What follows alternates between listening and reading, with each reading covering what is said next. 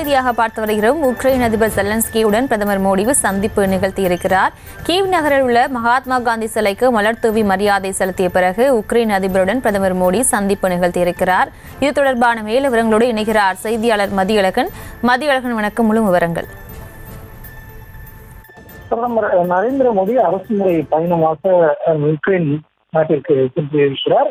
இன்று சென்றடைந்த அவர் உக்ரைன் தலைநகர் கீவில் இருக்கக்கூடிய அங்கு அமைக்கப்பட்டிருக்கக்கூடிய மகாத்மா காந்தி சிலைக்கு மலர்தூவி மரியாதை செலுத்தினார். இதனைத் தொடர்ந்து உக்ரைன் அதிபர் ஜெலன்ஸ்கியுடன் பிரதமர் நரேந்திர மோடி சந்தித்து தற்பொழுது பேச்சுவார்த்தை நடத்தியிருக்கிறார்.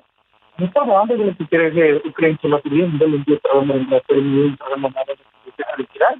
இந்த நிலையில் அதிபர் ஜெலன்ஸ்கியை ஆற தழுவி பிரதமர் நரேந்திர மோடி தனது அன்பை வெளிப்படுத்தினார். இதனைத் தொடர்ந்து தற்பொழுது ஜெலன்ஸ்கியுடன் பிரதமர் நரேந்திர மோடி பேச்சுவார்த்தை நடத்தி வருகிறார்.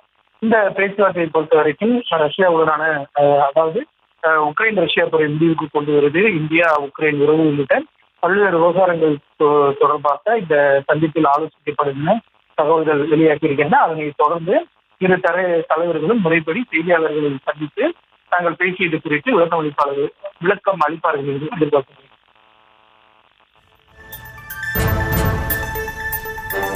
விவரங்களுக்கு நன்றி மதியழகன். செய்திகளை உடனுக்குடனும் துல்லியமாகவும் தெரிந்து கொள்ள சப்ஸ்கிரைப் பண்ணுங்க.